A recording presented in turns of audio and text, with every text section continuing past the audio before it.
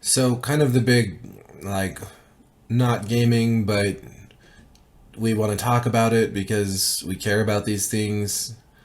Uh, Moments has been Polygon's unfortunate Doom gameplay. This is interesting because it speaks to not just like needing to mock someone because they're bad at a video game, but it speaks to trust. And whether or not gamers feel that they can trust the reviews that game reviewers are, putting out there. Like, let's say a game reviewer doesn't like some game.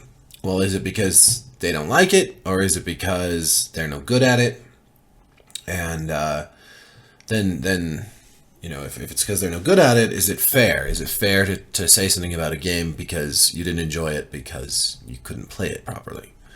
So that speaks to trust, but then also this brings up some other issues like, what is a baseline skill level to be able to play a game professionally to review it? I mean, obviously, if you're playing it professionally in a competitive way, there's a very obvious marker. You have to be so good to compete. And if you're not good enough, you're going to lose. But reviewing is a different beast for a number of reasons. Competitive players are generally good at one game.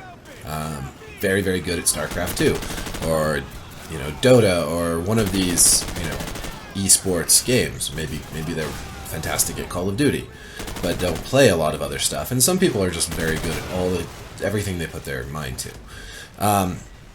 Most reviewers are probably going to be pretty good at games, but not fantastic at everything they play. I play dozens of games a year, and I'm not the best at any one of them. I am not the best Call of Duty player. I am certainly not the best Dark Souls player, even though I love Dark Souls. But I guess I would say I have what I would consider a baseline skill level in these games. I am good enough that I can sit down with a first-person shooter and I know what I'm doing and I can play it.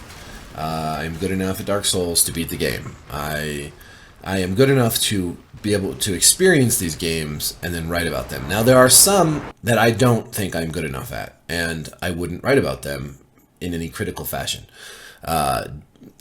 MOBAs like Dota 2 and whatnot, League of Legends. I don't like these games because I'm not good at them, and I don't have the patience to get good at them, and so I don't write about them. Other than to say I don't like them for those reasons. Now, interestingly, this was actually brought up by John Walker of Rock Paper Shotgun as an example of why this whole mentality of get good is bad. Because communities can pick on other players. And I think these are two separate issues, though. I think that some of the hostility I've received in certain online games because I haven't learned how to play them yet is absurd. Like, what is a new player supposed to do in some of these games that are online-only, competitive games, or even co-op games, if they haven't had a chance to even, learn the mechanics and they're getting kicked?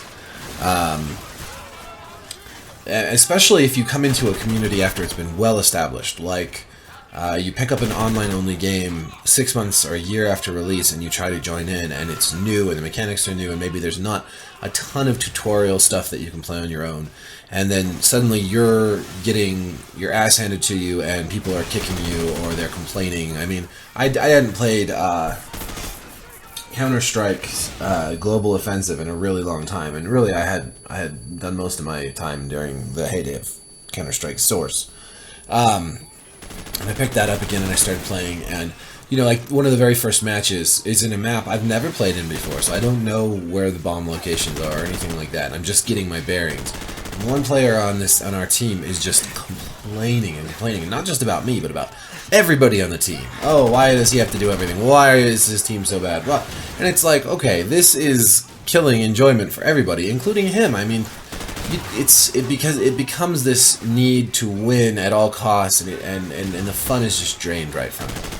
So I would say that there is something toxic about treating communities in a deeply negative way when people are new to a game. And honestly, that's why I do think, people complain about the Dark Souls community, but I really think there's for all the bad apples that might be in there, it's a community that really loves bringing in new players and helping them. I mean, part of the nature of that game is to help players who are having a hard time succeed, which is cool.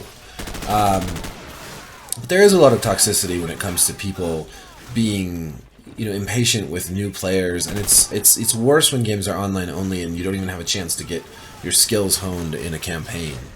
But this is a separate issue than game critics, and I do think that there should be maybe some base level of skill required to play and review a game. Now, I could be the reviewer on game X and then play game Y still and not review it. I might be terrible at game Y, and maybe I'll even show you how bad I am. I'll upload a gameplay video and be like, I don't even get what I'm doing.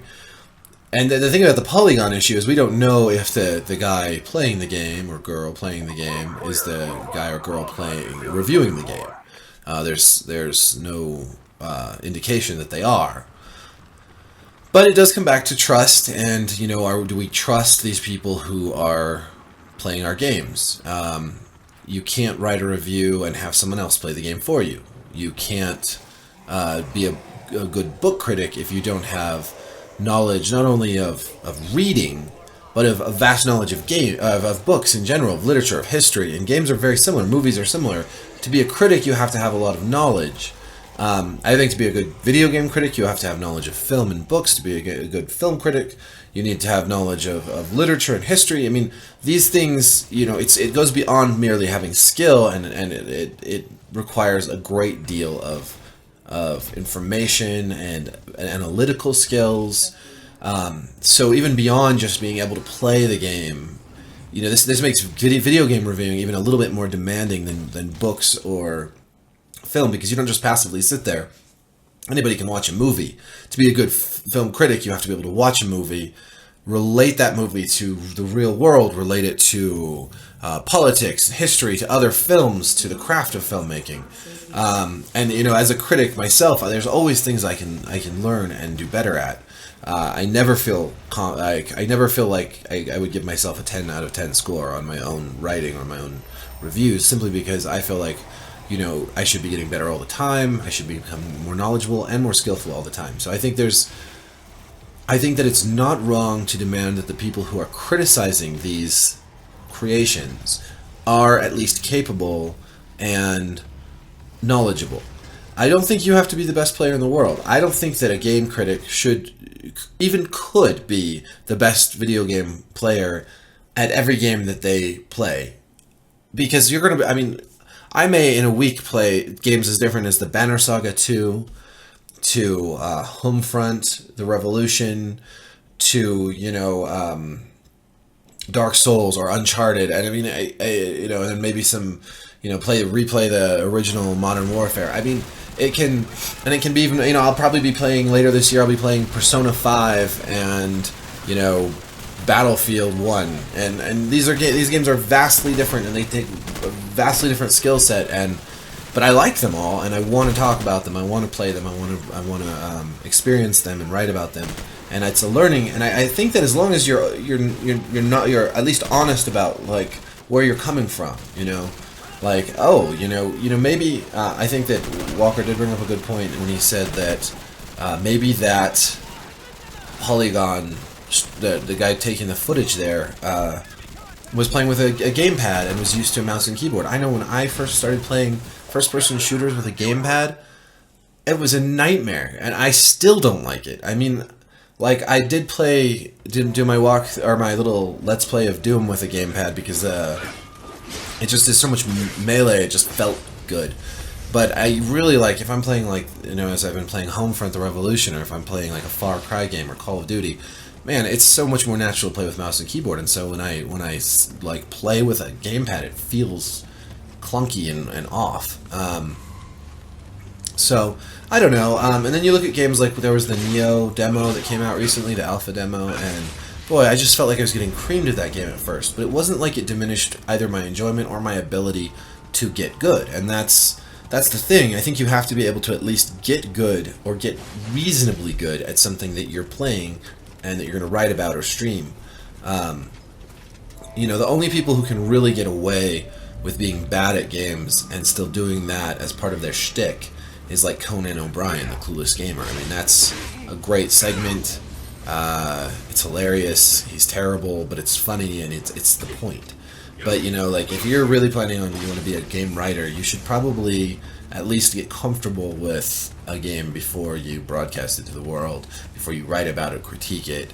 I think the final subject here I want to touch on is difficulty modes. There's this idea that all games should be accessible to everyone, and I think that that's just flat out stupid, honestly. Yeah, I mean, some games should have difficulty modes. If that's what the developers want, if they want to target an audience that enjoys, a range of difficulties, that's fine. But, a lot of games can't have difficulty modes. An online-only game, a competitive shooter, there's no difficulty mode. You play against other people. And what are they supposed to do about that? I mean, you can certainly come up with cool ideas to make that a little less jarring for new experience or unexperienced players. Like Titanfall did a good job bringing in bots and stuff into PvP matches, and I thought that was a pretty effective way of not creating an easy mode, but of giving people, throwing a bone to people who weren't as skillful. But I don't think that there should be some requirement that just every game should be everything to everyone. It's kind of like real life. You can't be everything to everyone. Not every film is going to appeal to everyone. Not every book is going to be, easy enough to read, and that's okay. It shouldn't be. And maybe that's, some people say that's elitist, and I've argued against that, saying it's not elitist.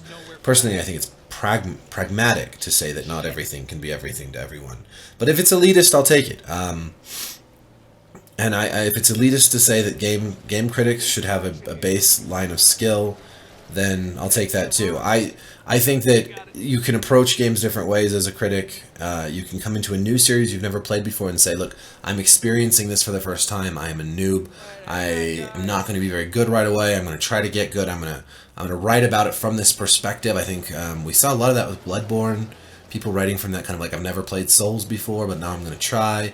I think that's great. I think it's great to admit it right out the gates, hey, this isn't really my thing. I don't really do this, but I'm going to try. And that can be very interesting to watch somebody or to read about somebody's experience in a new genre or a new game.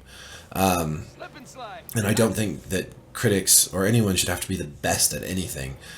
You could probably become the best Call of Duty or Dark Souls player if that's the only game that you wrote about. But unlike streamers who will actually do that and just stream one game or just play one game all the time, we don't usually have that luxury. And